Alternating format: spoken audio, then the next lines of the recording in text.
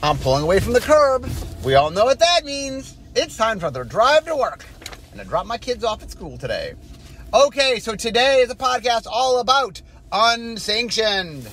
For those that know me, which I assume you do if you listen to my podcast, I love me some unsets. And so I will talk all about how Unsanctioned came to be. And then I'm going to talk through all 16 of the cards we designed for the set, all of the new cards. Okay, so first off, how exactly did Unsanctioned come into being? So, I don't know, a year and a half ago, 2 years ago, Gavin Verhey was given an assignment by Bill Rose, our VP, to make a product that they codenamed Parachute. And the idea was we wanted to make a product that was sort of evergreen, meaning we could put it out whenever, and when we needed it, like, we wanted something in our back pocket that if we ever needed to have an extra set out, for budgetary things or something, we just had something that was already done. And so the idea of Parachute was we'd make it, it would be something that was sort of evergreen that could go out wherever, and then when we needed it, we'd pull the cord on the Parachute. So one of the challenges of Parachute was it couldn't be, it had to be something that allowed us to make something that really could live anywhere. And it's tricky, for example, when you're doing reprints, because if we want to get reprints in the system, if we put valued reprints in the product and we don't know when the product's coming out, it just makes it harder to work around those things because we look at all our reprints and all our different products. But then Gavin came up with an interesting idea. He actually asked me if I could come talk to him, and he said, Unstable had done very well. We have never reprinted silver bordered cards. I mean, we had a few promo cards, I guess, for when Unhinged and Unstable came out. We did a few promo cards. But, and even then, I think the promo card only for Unhinged were they old cards. Anyway, we really haven't reprinted any cards. And it doesn't affect anything, meaning it doesn't interconnect to tournaments. It's not something that's going to...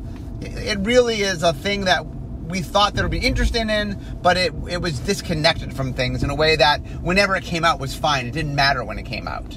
And there was an idea that had been bouncing around Wizards for a while of half decks. I think originally we had a product for new players. It didn't end up happening, but the idea was you had 5 30-card half decks, and then you can mix and match any of the 30-card decks to make a deck and play. And they liked that idea, and so Gavin said, well, what if we took that and we applied it to uncards? And then, so it would be a sealed box, and then to juice it up a little bit, we'd make some new cards. And so originally it was scheduled to be, each half deck would have 3 new cards in that color, and on top of that, we would have some full art lands. I think originally the plan was to do 1 cycle of full art lands. We ended up doing 2 cycles of full art lands, 1 in foil, 1 in non-foil, and we also, for every basic land, so 12 basic lands per half deck, we got a cycle of what we call squirrel lands, which are basic lands with new arts that the artist hid squirrels in them. And I don't want to... It's fun to find the squirrels, so I don't want to tell you where the squirrels are, but go look. The squirrels are sort of hidden in the art.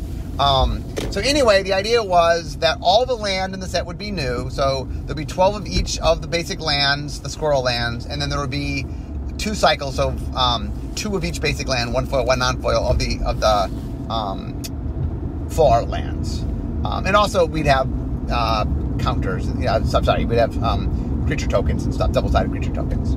But the idea was that there would be 15 new cards, a bunch of new basic lands, some of which would be full art, and then we'd reprint stuff from Unglued, Unhinged, and Unstable. And he came to me and said, what do I think? And I said, I like it. I was on board. I'm like, we're making more uncards? I'm there. So basically what happened was we had an outside contractor named Gabby who was in charge of compiling all the decks. And then she did some first passes at some card concepting for the new cards. And then I was given the task of overseeing the new card design, since obviously I've overseen all the uncards. And undesigns are tricky. They're tricky to get right. So anyway, I oversaw the undesigns. And we got greenlit. We officially were Parachute. Now, interestingly, we made the product, and the product was so much fun that everyone's like, oh, we can't stall this too long. So we sort of pulled the cord pretty fast just because we're like, oh, this is so fun, we should just get this out. So I think we're making another Parachute. But anyway, it was a very short-lived parachute. It was kind of like, I have a parachute. You can use it, but pull the cord. Anyway, so that was the idea. So I'm now going to talk about the 16 new cards. Notice I say 16. Originally we were supposed to do 15. I'll get to that. In fact, the last card I'm going to talk about, because it's alphabetically, I'm going by collector order. It's collector order of the last number. It might also be alphabetically the last as well. Okay, so I'm going to start with Flavor Judge. So Flavor Judge costs 1 and a white, 2 mana total. It's a 2/2 bird advisor, a creature obviously. Tap, choose target spell or ability that targets a permanent you control. Then ask a person outside the game if the story of what will happen makes sense. If they say no, sacrifice Flavor Judge and counter that spell or ability. Okay, so a couple things. First off, this card came about, so we have what we call the key art, which is that the art, in this case, it was the art on the box. Sometimes it's just the art we use to sell the set. And the key art, usually the key art is on the booster box, I guess. Right, usually the key art's on the booster box. If you ever see a booster box, you can fold it up so that there's like an image there and then the cards. Normally the key art is the image on the booster box. For our product, because it was a sealed box, the key art was the box image. So the box image, and the flavor they were trying to get to was they wanted to get a sense of all 3 previous unsets. So they took themes, so they ended up having a boxing ring where it was a goblin fighting a squirrel, and then the referee was a chicken. And the idea was that these are themes that have run through all the different sets, squirrels and goblins and chickens, and so we were just trying to really play up a lot of unthemes.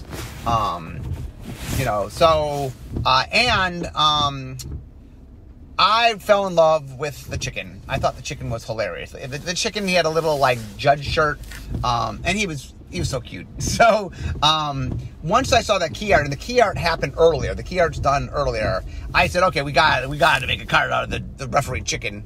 Like we have to. And so I think early on, so there's a format. What is it called? Is it called Flavor Judge? There's a format where you have a Flavor Judge, and the idea of the format is whenever something happens that you don't think makes sense flavorfully, you can call over a Flavor Judge, and if it's not flavorful, the judge says not allowed. So the idea is you have to defend everything you're doing, and things that don't make sense flavorfully can't happen. So it's a format. So Flavor Magic, I think. So anyway, the Flavor Magic, they have a Flavor Judge, and I thought the idea of having a Flavor Judge would be very funny. I think Chris Mooney might have come up with the first concept here for this card. I think I wanted a Flavor Judge, and I think Chris came up with the execution, I believe. Anyway, so we have a thing in Unstable called Outside Assistance, where you ask somebody outside the game, and you use them to determine something. So we loved the idea that what we're asking the outside person to do was decide to be the Flavor Judge, decide whether something made sense. And so the idea was we made it a little bear, a little 2/2, because a 2 mana 2/2 is just playable. And then it has the ability to protect things. And the idea was that I can activate it to try to protect something and try to stop something from happening if I think it doesn't make flavor sense. If I fail, if the outside person says, oh, it makes sense, then I don't lose the chicken. But if I manage to stop something, then I lose the chicken. So the idea is the chicken, it's a 2/2 creature that has this ability to sometimes save your creatures. But the real fun in this card's not a powerhouse or anything, but the real fun in the card is one of the things that we had fun with Outside Assistance is trying to figure out how to make the person you're bringing in have some, like, the neat thing about bringing an outside person is you have it brings in some variance to the game in a fun way, and that you have someone who can make a subjective opinion, which is kind of cool. And this card thrives in the subjective opinion. The other fun thing about this card is no one says you have to pull in somebody that knows magic. In fact, this card's almost more fun if you pull in someone that doesn't know magic and then try to explain what's going on. But anyway, that's what this card came about. It was just us bringing the key art chicken to life. Okay, next, Strutting Turkey. So 3 and a white for a 2/2 bird. It's a host creature.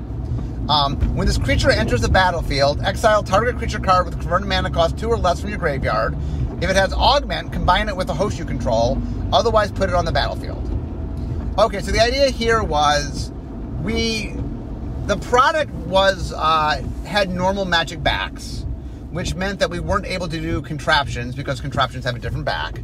So I wanted to make sure that we could add on to Unstable's other main mechanic, which was host and augment. So the nice thing about host and augment, it's combinatoric, meaning you get to combine things. So we didn't have a lot of new cards, but I thought it'd be fun to have one host and one augment. And really what we did is we said, okay, we didn't say it had to be any color. The only rule I said is I wanted them to be different colors, not the same color. I wanted to add a host and augment and not necessarily to the same color.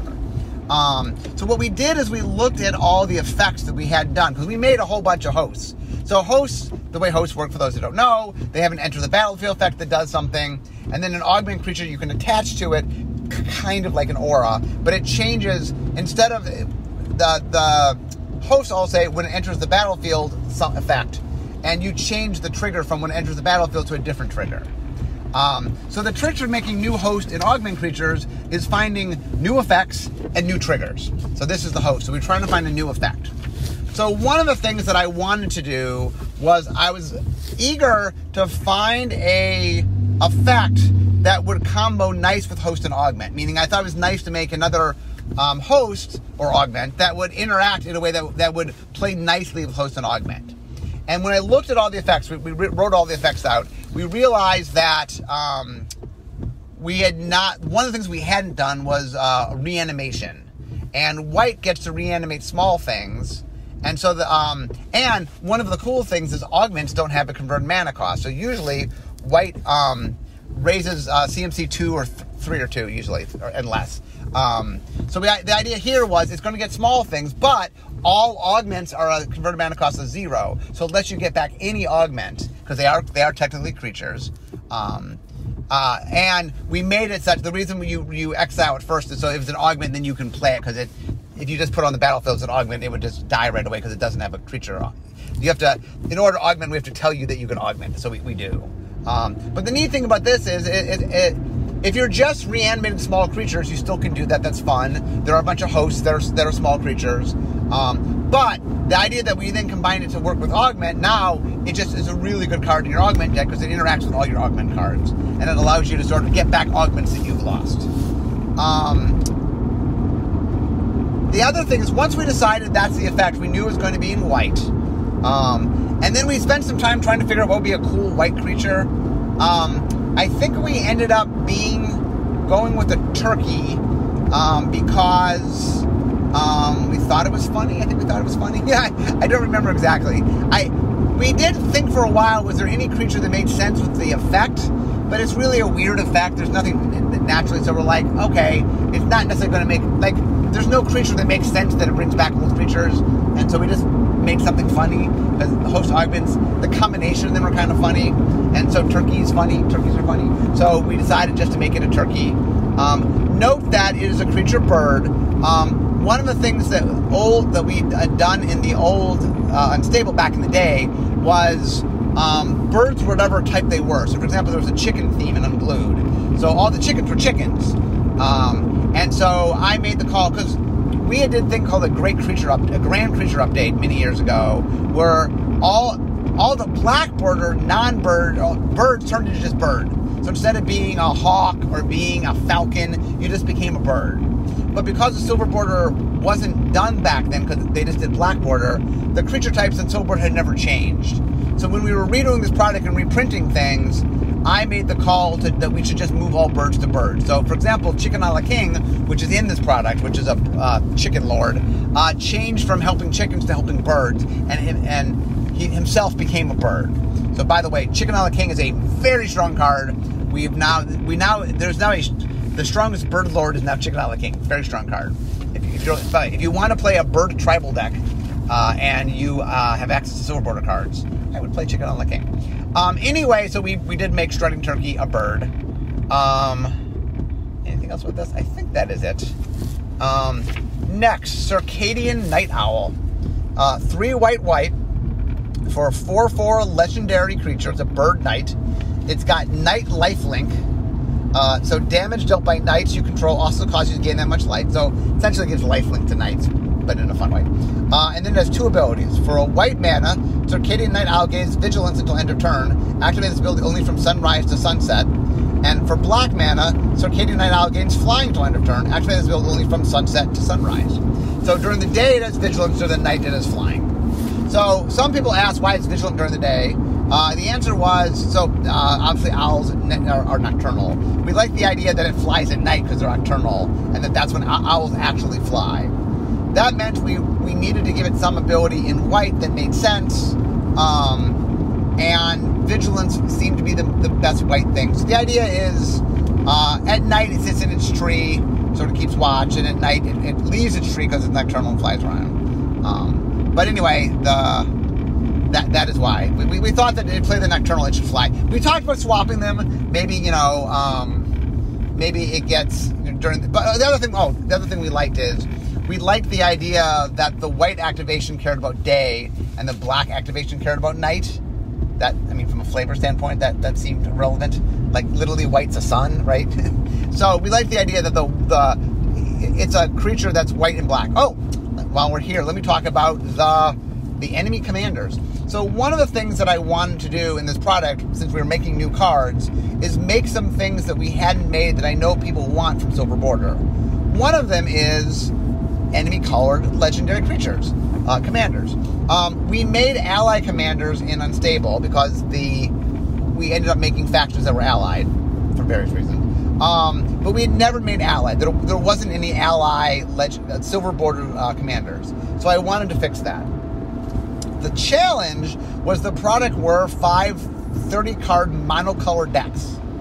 So the solution I came up with was, okay, what if we make a card that has an activated ability in the color, that has an ability, doesn't have to be activated, but we'll make a card that can function, that can function, like if you just have white, this is a 4/4 creature that at least during the day you can give vigilance to. And it has lifelink. But the night, it's a night, so it gives itself lifelink.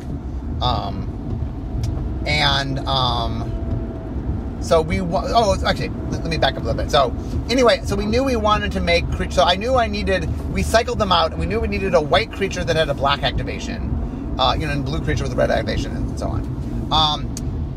I think early on, Gabby had made a card called Night Owl. We liked the pun, we like sort of nodding to pop culture. The idea of knights that are birds. There's a popular there was a popular series of books, and there's movies, and there have been riffs on this. The idea of birds that serve as knights is something that's shown up in pop culture, and the idea of a night owl just seemed funny because obviously NIGHT, night owl is someone who stays up at night. And then, when we had to go name him, we decided to use SYR from Eldraine, Sir. And so, I managed to come up with the idea of Circadian, because Circadian is the biorhythms. Anyway, this is probably my favorite name that we've ever come up with. Circadian Night Owl is, from a pun standpoint. I'm very happy with it. Anyway, so we liked the idea that it had 2 activations, one that cared about day, one that cared about night. We felt that the night was slightly stronger than the day from a perspective, flying's a little bit stronger than vigilance. We like the idea that it's a night owl, so it's a little bit better at night. So the idea is it's usable in mono white.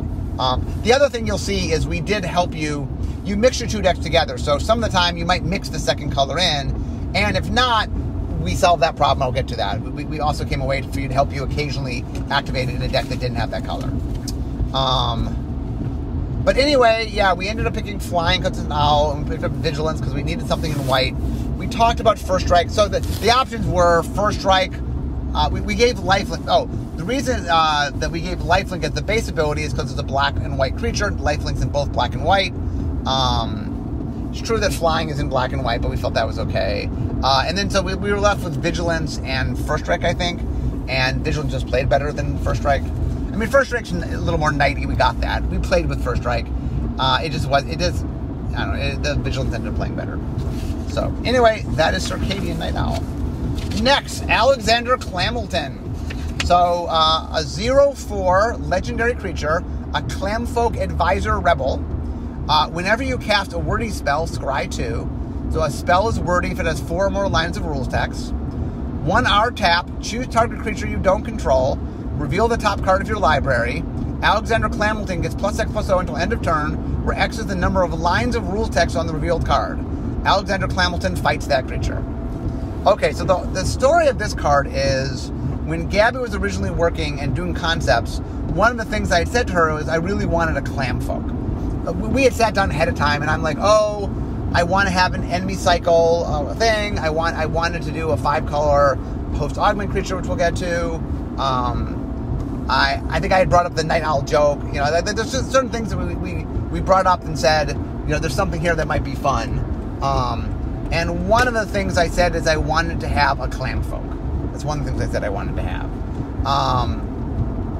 So I think the one that, the first pass that Gabby made was called Calamity Jane, which is a play on Calamity Jane, which was a sharpshooter, a woman from the Wild West. The problem with it was, it just not enough people know Calamity Jane. I went around and asked a little bit, and it was one of those things where the people that knew it thought it was very funny, but not enough people knew Calamity Jane. So I went to the pit and I said, okay guys, we need a funny, I said, here's where we're going to start. Let's come up with a funny clam name, and then we'll design to match the name. And Chris Mooney pitched Alexander Clamilton, and I literally said, oh, we can stop. We found our name. Now let's figure out what Alexander Clamilton does. So this design was a combination of Chris and Ari Nee. Those are Chris and Ari both were finalists, and Ari won of the Great Designer Search 3. So the real thing is, okay, what do we know about Alexander Hamilton? He's a writer, died in a duel. So we thought it'd be fun to play into those two aspects of him. So I think Chris was one that recommended the idea of him caring about wordy spells. So wordy is a mechanic that first showed up in Unhinged, that showed up again in Unstable, and wordy just cares about something have 4 or more lines of rules text. Doesn't count reminder text, doesn't count flavor text. So anything italicized, it doesn't count.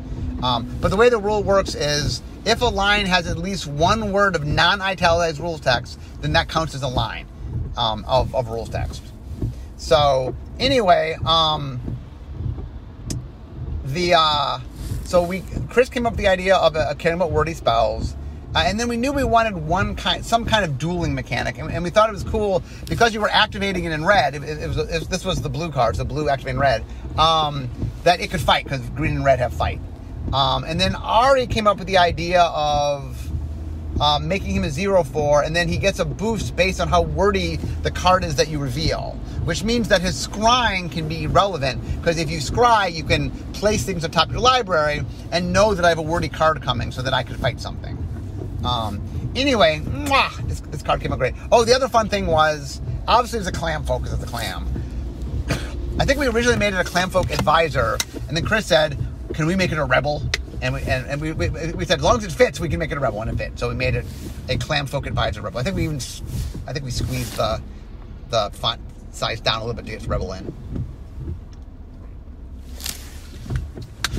We did have all sorts of fun flavor text, by the way, for this card. I think the one that Chris wrote that we were going to include was, who lives, who dies, who shells your story? But it just didn't fit. This is a wordy card. It just didn't fit. Okay, next, B.O.B. Bob, Bevy of Beebles. 3 blue for a legendary planeswalker, Bob.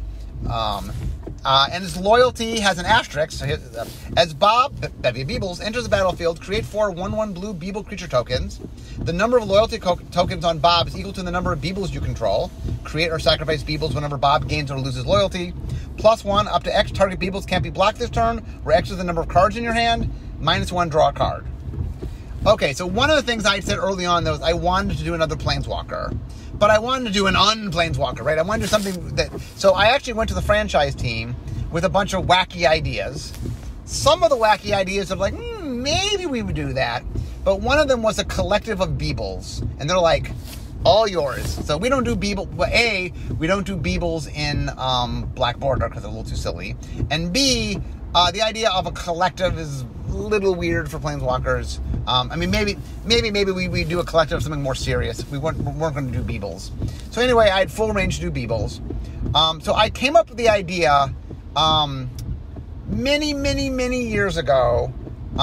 Richard Garfield made a game. You guys remember Gleemax? For those who remember that, we were going to make games online. We were going to have a portal, like a game portal, a thing called Gleemax. It never ended up working out. But anyway, we made a bunch of games for it. And one of the games was a game called the Goblin Game. And Richard had an idea. I don't think this actually got executed in the Goblin Game, but Richard had an idea inspired by the Goblin Game where the idea was your hit points were the number of goblins you had. And the way you could tell how much life you had was how many goblins you had.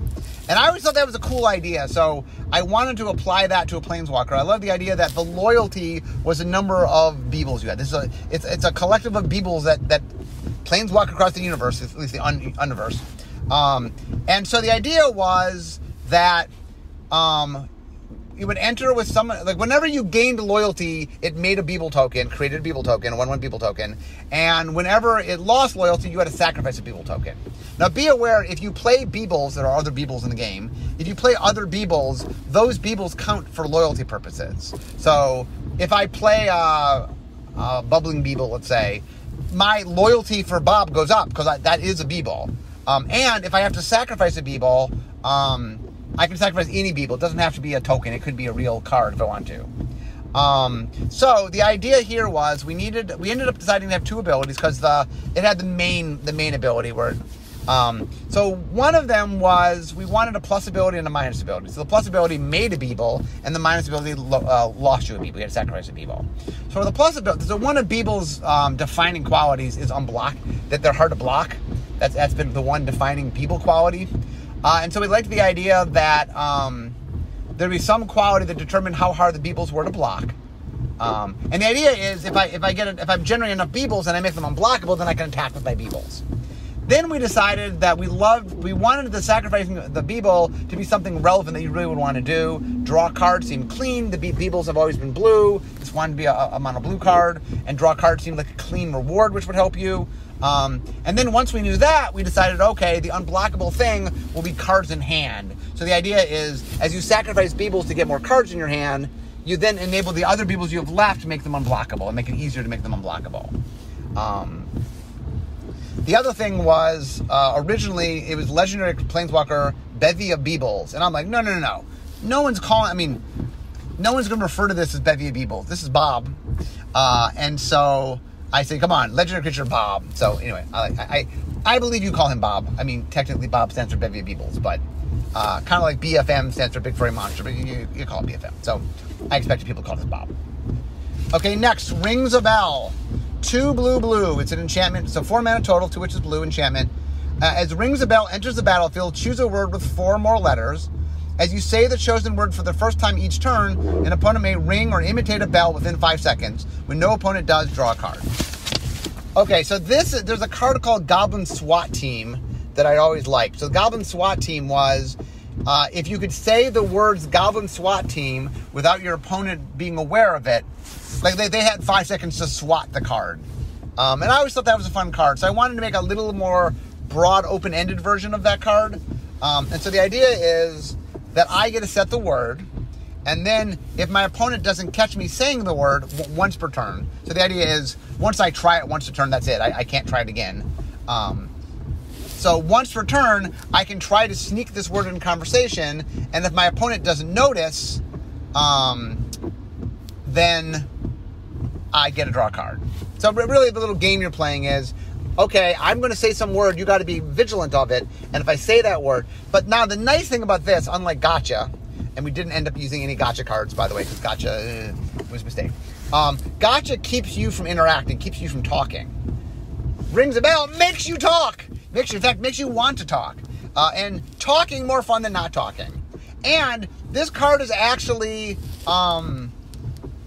it is to execute it properly requires some subtlety. That is not just like I say the word every turn. They'll just be vigilant of that. I need to pick a word that's a little harder to track, and then I need to talk about, if I try to do it every turn, I'll remind them every turn that they have to be vigilant. But if I sort of let a turn two go by where I'm just focusing on the things, I can maybe sneak it in calmly in a way they don't recognize, and I can draw the card.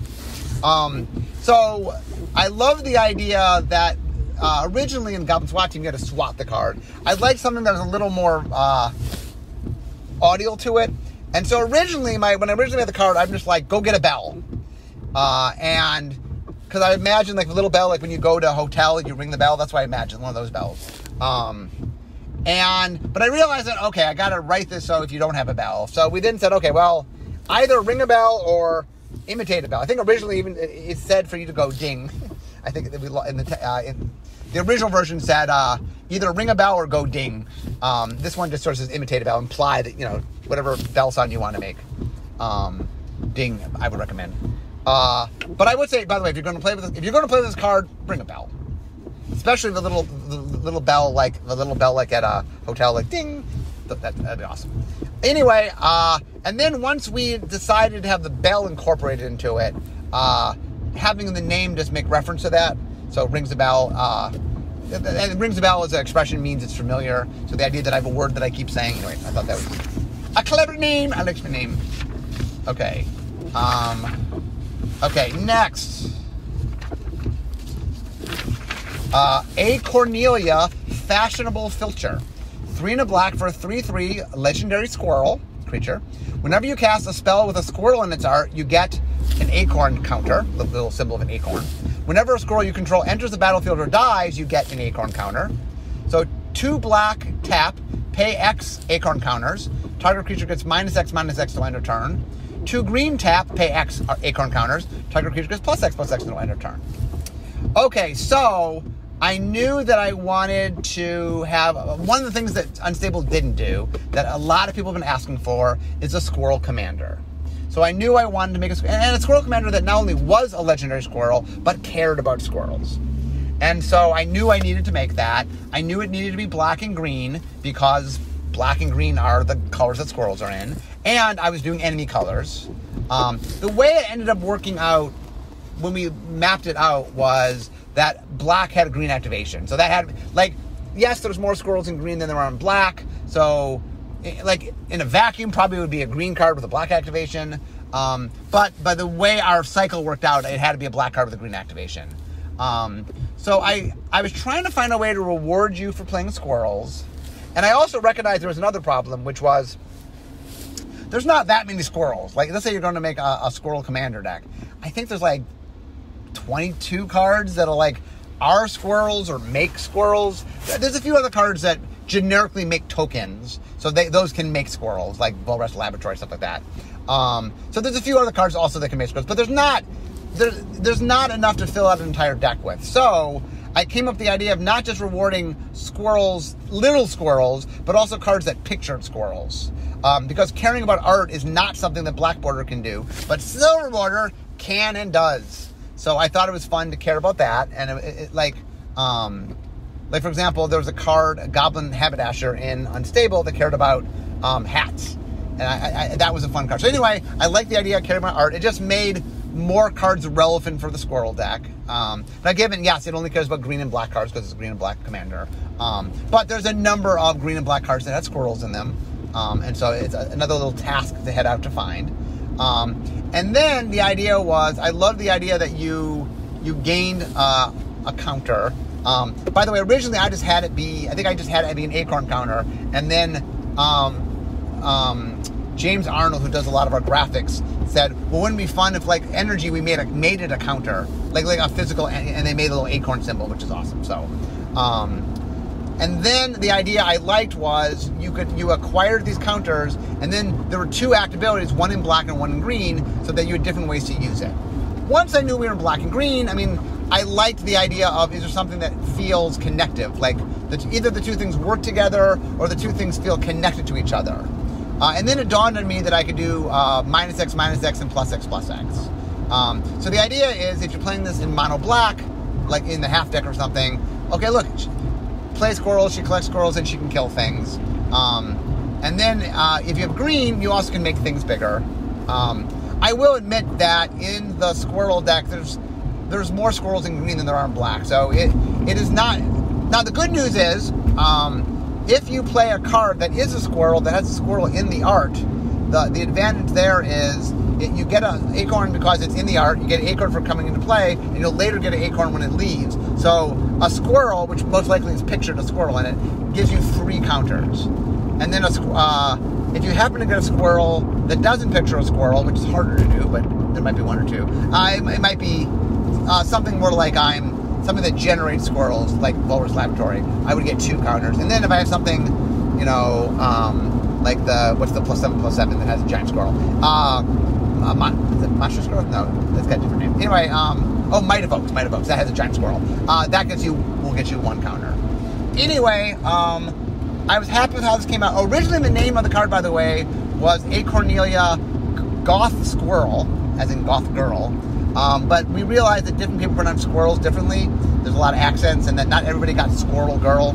How I say it rhymes, but not everybody says it that way. Also, by the way, I was looking for a name for the creature, and I like the idea of taking a squirrel word, like finding a name and a squirrel name and combining them together. And then when I realized that acorn started with C-O-R-N, I'm like, oh, is there any names that start with C? And so there was Cornelia and Cornelius. And so I decided I ended up liking Cornelius. It sounded better to me. So I made A. Cornelia. I love her name. So anyway, I'm very happy with her name. And that it really is a squirrel word with a name. So I thought that was fun. Okay, next. Bat. So it's a creature. It's a bat. It's an augment. So it grants +1/+1. It has flying. At the beginning of each end step, if an opponent lost 3 or more life this turn, and then its augment is 1 and a black. And if you augment it, you can reveal it from your hand, combine it with target host, and you augment only as a sorcery. So we knew we wanted to do an augment. Somehow I really got in my head that it would be funny to do a bat. It combines with other cards in very fun ways. And so I think I decided early on that I thought bat was funny.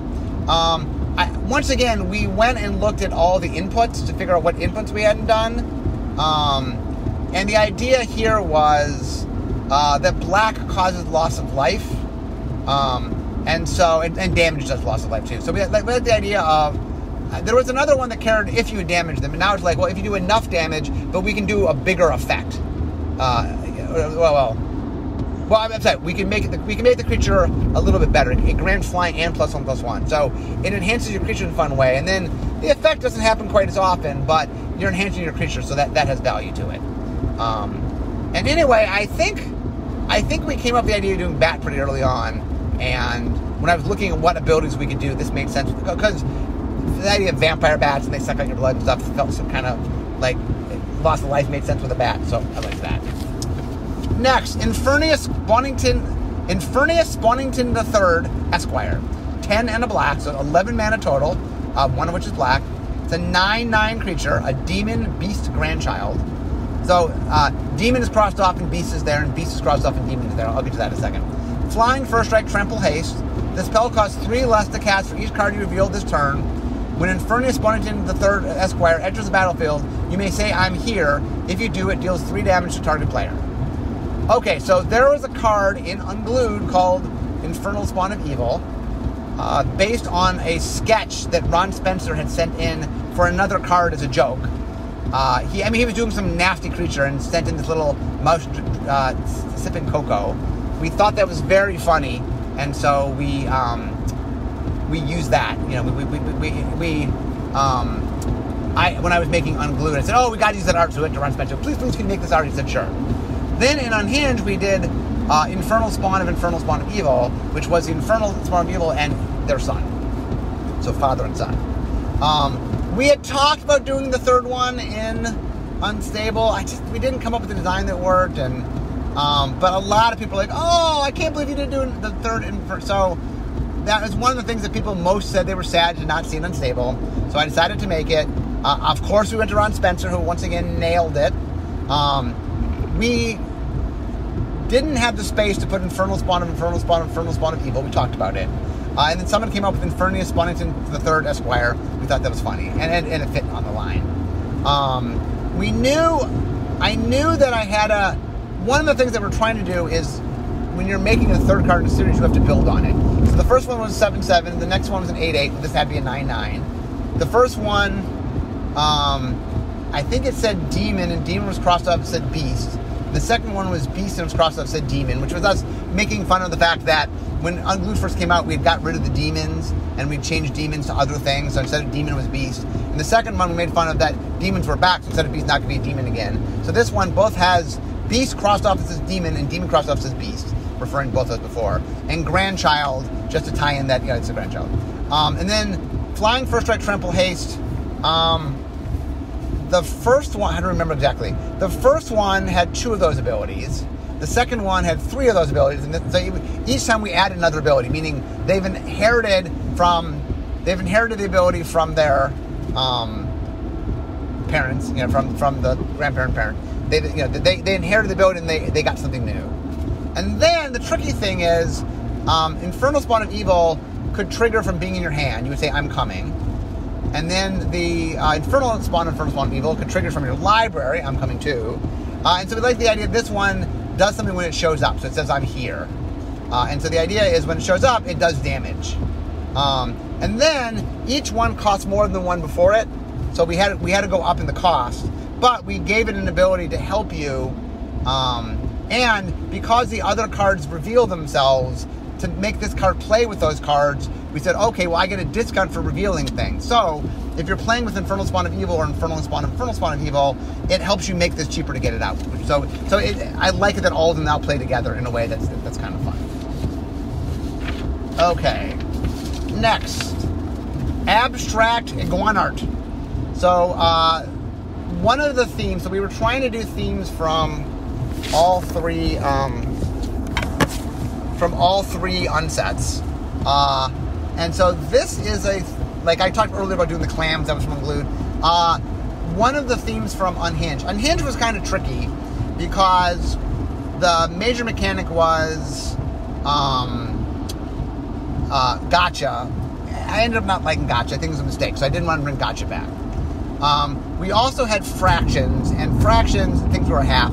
Fractions didn't quite work out as well as I'd hoped. They were a little harder to work, so we didn't end up doing Fractions here either. So what could we do? Well, one other theme we had in Unhinged was caring about artists. Now, a lot of the ones in Unhinged want you to play the same artist, but I wanted this to work within this product where I couldn't guarantee you'd have the same. I knew you wouldn't have the same artist. So instead, this one cares about having different artists. So when you build the Abstract Iguana Art deck, you want to have lots of different artists. You don't want all the same artists. Okay, so it's 1 in a red. It's a 1/1. It's a creature, Art Lizard. Whenever you cast a spell, note the first letter of its artist's name. If that letter wasn't already noted, put a +1 counter on Abstract Iguana Art. Okay, so the idea is every time I play a spell, assuming the spell I play, so when it says the first letter, whatever its name of the artist is, whether they have 1 name or 2 names, whatever the first letter in the name is, if they only go by 1 name, then the first letter of that name. It's not saying the first letter of the first name, it's saying the first letter of the name. So whatever the artist's name as recorded on the card. So if your name is Mark Rosewater, because he designed the card, or I'm sorry, he illustrated a card once, then it would be M. But let's say the next time, let's say I somehow call me back and I get a new art, and next time I'm just Rosewater, that would be an R, because the first letter in that, and you literally have to look at the name of the card. So if someone uses a pseudonym or changes how they refer to themselves, it's literally the credit on the card. If more than one artist is on the card, you get to do the first letter of each of the artists. So yes, this card loves cards illustrated by more than one artist. Not a lot of those in Magic, but there are some. And then the idea is you record it, and the idea is over time it gets bigger, and that what it wants you to do is build a deck using as many different letters as you can. Spread out the artists. So it's I love having very weird, quirky asks, because it definitely gives you something where you're doing something a little different. Anyway, this card is, obviously it will play well in the deck. One of the challenges, by the way, of this product was I was trying to make cards that I wanted people to play with and build decks around. The challenge is it also existed in this deck. Like, A. Cornelia has this issue too, which is she really, really wants lots of squirrels. Well, this product has some squirrels, especially if we play black and green together, but it's not infinite squirrels. And so, you know, A. Cornelia is okay in this product, but she's way, way better if you go build something with her. Abstract Iguana was similar in that to optimize it, you really want to build a deck around it. But because there's a lot of different artists in these decks, I mean, Iguana will play just fine in the deck. I mean, A. Cornelia is a little more of a challenge, but I really, really wanted a Squirrel Lord. So I tried as much as I can to make the cards playable in the deck product that they're being played in, obviously. But I also kept an eye to, it was okay to make cards that also sort of nodded towards something bigger. You know what I'm saying? I thought that would be okay. Anyway, so I'm almost to work here. I originally thought this was going to be one podcast, but as I'm almost to work and I'm at 40 minutes, so this is not going to be one podcast. So I am going to just wrap up here. I will do the rest of the cards next time. So I have the rest of red, I have green, I have a land to talk about, and also there's a few other stories. I will, when next time, there's a few larger stories that I can talk about a little bit about the sets. I will tell those as well. Anyway, I hope, I mean, by the time this comes out, I actually timed this correctly. I think this is going to come out around the time that you can purchase the product, because I got a little behind. Normally I'm like 8 weeks ahead, but because of vacation, I'm only like I'm currently like 3-4 weeks ahead. I'm working to get farther ahead again, but, which means that this is going to come out close to, I mean, I don't know whether it's the week before, the week of, the week after, but sometime around the product coming out. The reason I just sort of a little bit of a pitch is this is a very fun product. If you have never played an unset, well, if you've played an unset, there's so much ungoodies in this. Like, there's 16 brand new cards. Every single basic land is brand new in this set, including full art and squirrel land, basic lands. And we spent a lot of time hand-picking really fun reprints. I know Chris Mooney and Max McCall worked really hard on, and Gabby worked really hard on making sure we had the right combination of cards from the past. Gabby spent a lot of time picking themes for the decks and trying to find themes that went through different sets. Like, one of the challenges is each unset, I mean, there's a few overlaps, but each unset really has its own space it's playing in. So finding things where you can get correlation between them, which is a lot of fun, by the way. It's, other than in sort of unconstructed, you know, there's not a lot of times you get to play different uncards together, and so, and the combining the decks together is fun, and it really is something that if you've never played, it's fun. I would heartily recommend it. So anyway, there's so much goodies here. There's really fun reprints, and there is, I mean, I playtested this product, and it brings a smile to my face every time. So if you are an unfan, like, how can you not get this? If you're not an unfan, it's all, once you buy the box, it's everything you need to play. You can keep playing. I mean, unsets already have a lot of variants built into them, but also because you can mix and match with different decks, there's lots of things that you can do. It is a very, very fun experience. So for fans, of course, you should get it. For non-fans, this is a great way to sample unsets. Anyway, I will be back next time talking about the rest of the cards. Like I said, this is a smaller product than most. I was only making what ended up being 16 cards, but it was definitely a lot of fun to do, and hopefully my enthusiasm comes through as I describe all the cards. But anyway, I just drove it into the parking lot, so we all know what that means. It means this is the end of my drive to work. So instead of talking magic, it's time for me to be making magic. So guys, hope you enjoyed today's podcast, and obviously we'll have another one following this, talking about the rest of the cards. Anyway, bye-bye, and I'll see you guys next time.